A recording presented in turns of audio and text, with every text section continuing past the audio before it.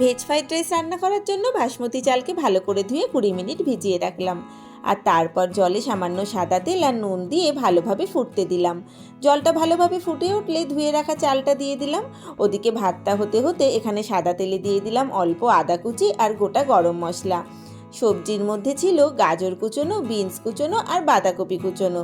সাথে দিয়ে দিলাম বেল পেপার আর দিলাম অল্প একটু নুন। নুনটা একটু বুঝে দেবো, কারণ আমি ভাত রান্না হওয়ার সময়ও নুন দিয়েছি। আর তারপর দিয়ে দিলাম ক্যাপসিকাম কুচি। আর এর সাথে দিলাম 2 চিপি সয়া সস।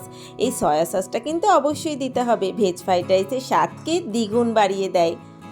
আর এদিকে সবজিগুলো আমার ভাজা হয়ে গেছে। ডেচকিটার মধ্যে নিয়ে নিলাম ঘি, তারপরে সমস্ত ভাতগুলো দিয়ে ভেজে রাখা সবজি দিয়ে দিলাম।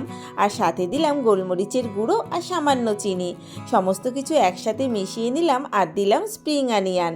ব্যাস তৈরি কিন্তু আমাদের সুস্বাদু ভেজ ফ্রাইড রাইস।